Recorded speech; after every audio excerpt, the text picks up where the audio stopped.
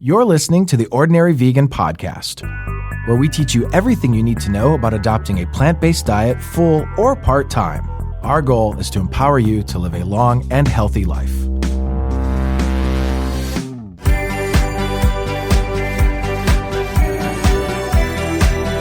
If you have any questions, please send an email to questions@ordinaryvegan.net.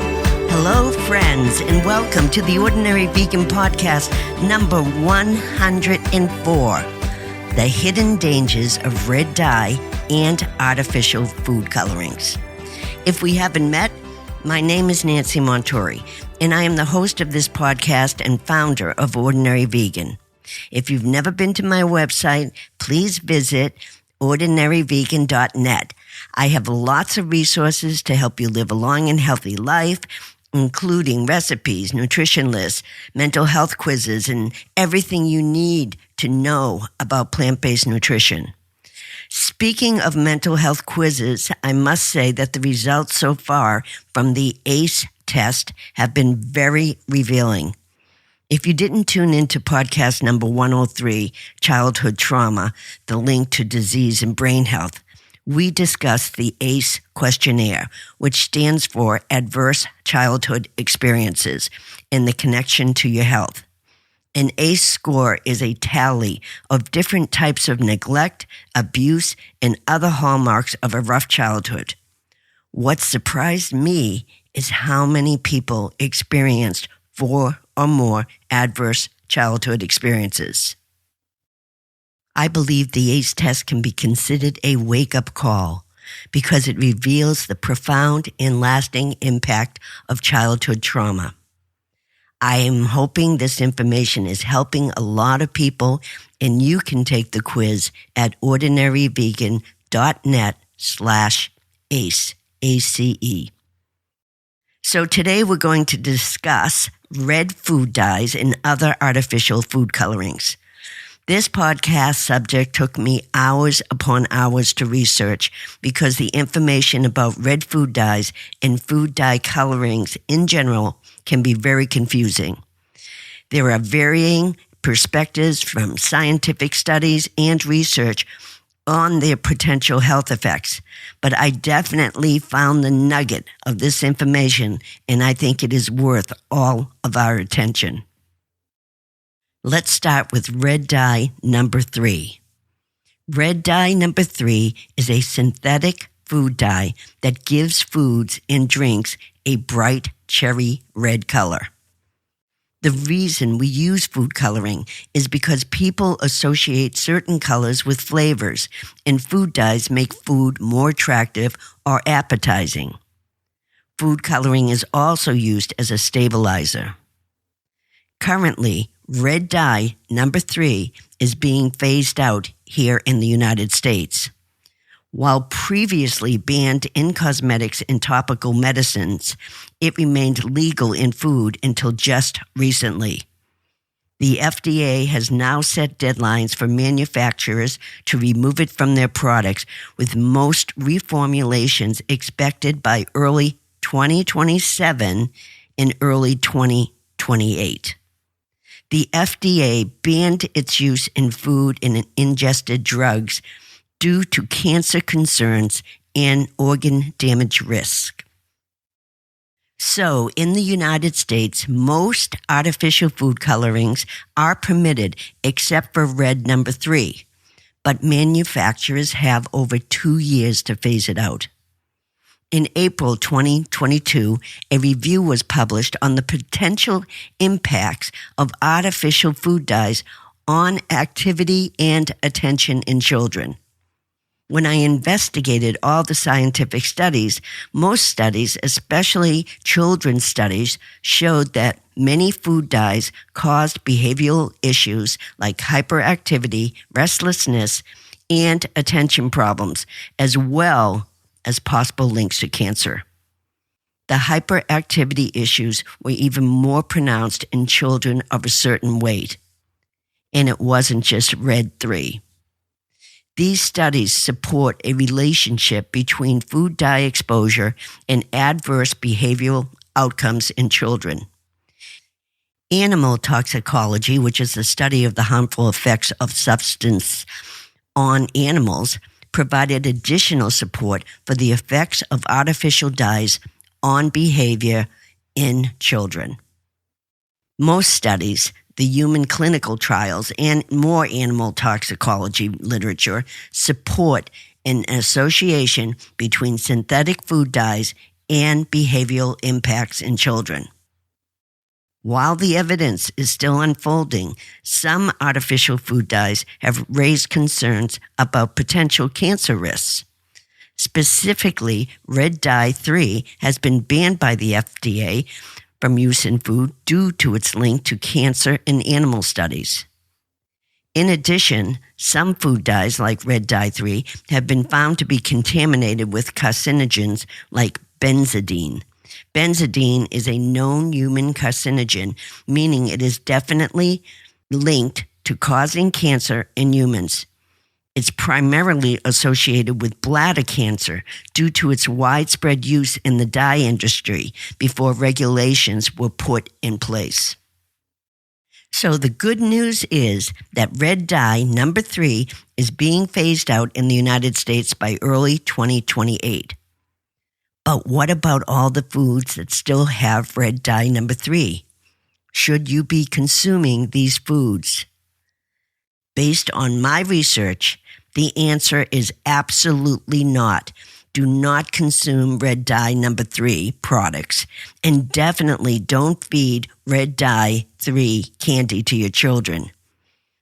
You can check the ingredients labels on packaging to see if an item includes red 3, which may be listed as red 3, and it also could be listed as erythrocene, or acid red 51, or FD plus C red number 3.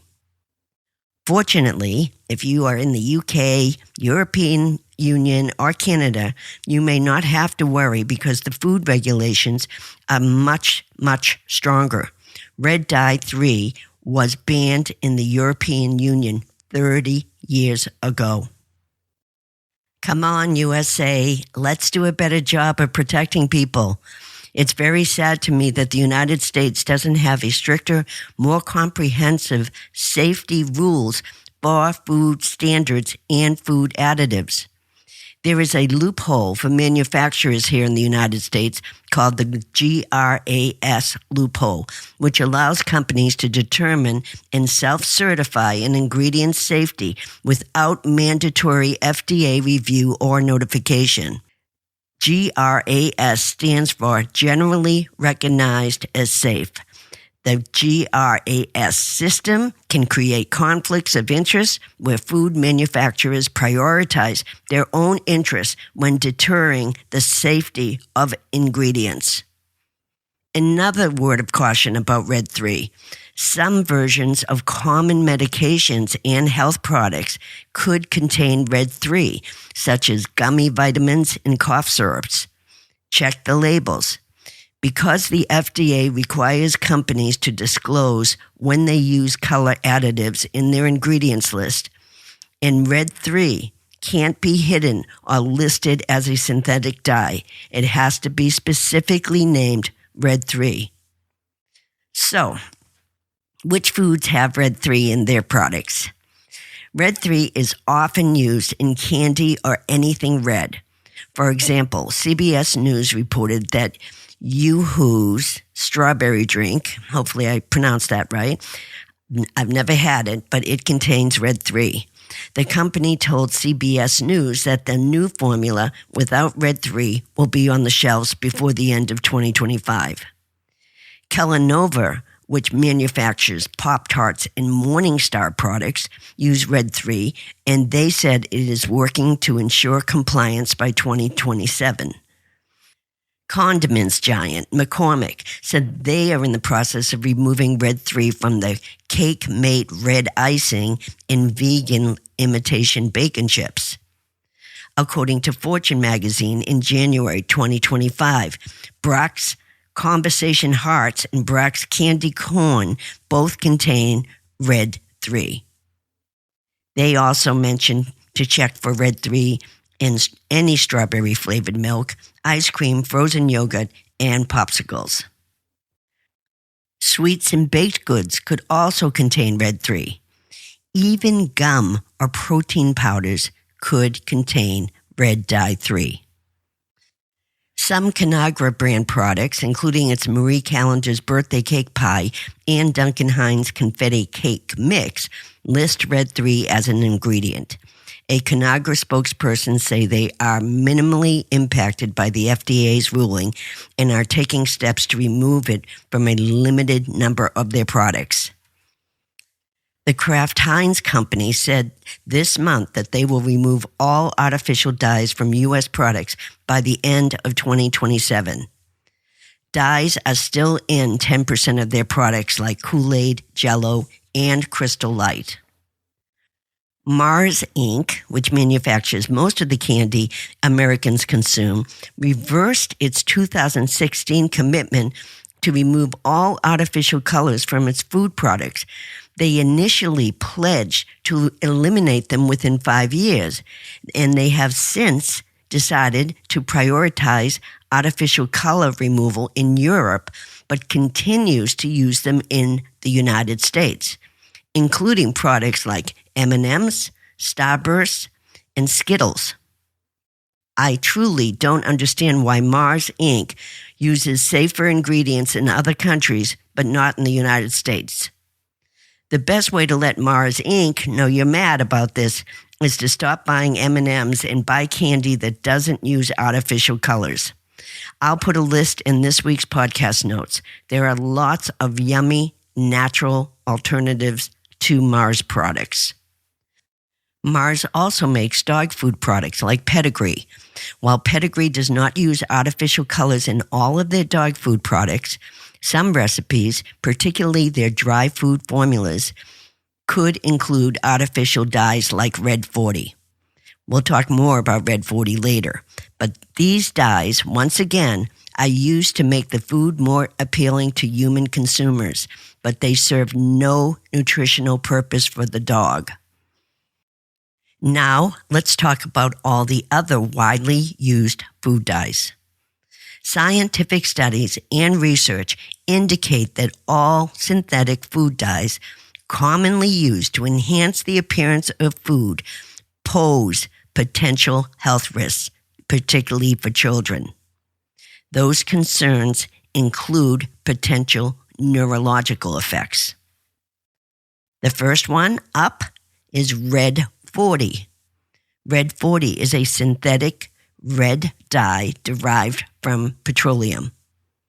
Some research, particularly a 2021 report from California's Office of Environmental Health Hazard Assessment, suggests a link between synthetic food dyes, including Red 40, and neurobehavioral issues such as hyperactivity and inattentiveness in children. While this link is not definitely proven across all studies, it is a concern for some parents and organizations. Red 40 can cause allergic reactions in some individuals, including hives, itching, and in rare cases, a severe life-threatening allergic reaction. In other words, there are ongoing concerns about Red 40 also. So look for products that use natural colorings instead. Don't consume Red 40. Next up is yellow food dye, also known as tartrazine. It's a synthetic lemon yellow dye commonly used as a food coloring. It is also known by various other names, including E102, CI 19140, and FD and C Yellow 5. While generally considered safe by regulatory bodies, some individuals may experience allergic reactions or sensitivities to this yellow dye. Yellow dye 5 can be found in a wide variety of processed foods, including desserts, popcorn, puffs, or any cheesy snack. Also, certain breakfast cereals and beverages contain yellow dye 5. According to the National Institute of Health, some individuals may experience itching or hives after consuming yellow dye 5. It has also been found to be contaminated with carcinogens. On labels, it could be listed as yellow 5, tartrazine, or FD&C yellow number 5. I highly recommend not eating foods with yellow 5 food dyes. Next up is yellow 6. That food dye has been associated with adrenal tumors in animal studies, and it may also be contaminated with benzidine. Next, blue 1. One animal study suggested a small cancer risk. More studies are needed. Blue 2. Animal studies have shown some evidence of brain cancer in male rats, though the FDA concluded there was reasonable certainty of no harm, according to the Center for Science in the Public Interest. The next food dye is orange B, which is primarily used in sausage and hot dog casings. Some studies have raised concerns about a potential cancer-causing contaminant linked to liver and bladder cancers in animals. The FDA is phasing out orange B due to these concerns, and it is not approved for use in other food items, cosmetics, or medication.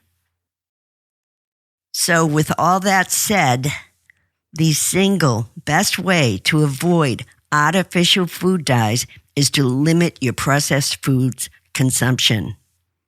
In addition to artificial food dyes, processed foods have high levels of added sugar, sodium, and unhealthy fats, as well as low levels of fiber, vitamins, and minerals.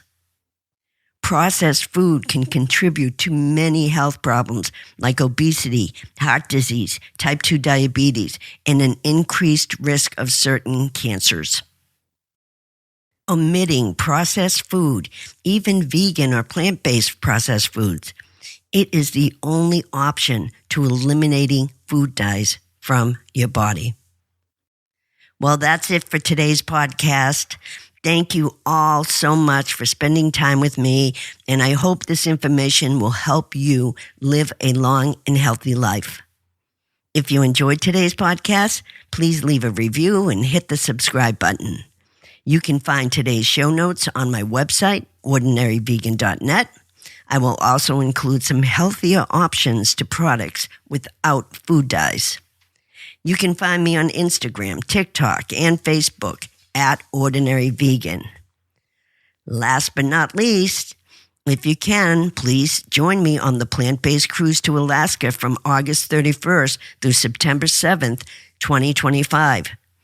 This holistic holiday at sea is a curated program of plant-based cuisine, fitness, and relaxation on the open seas with numerous guest speakers like our friend, Dr. Michael Greger.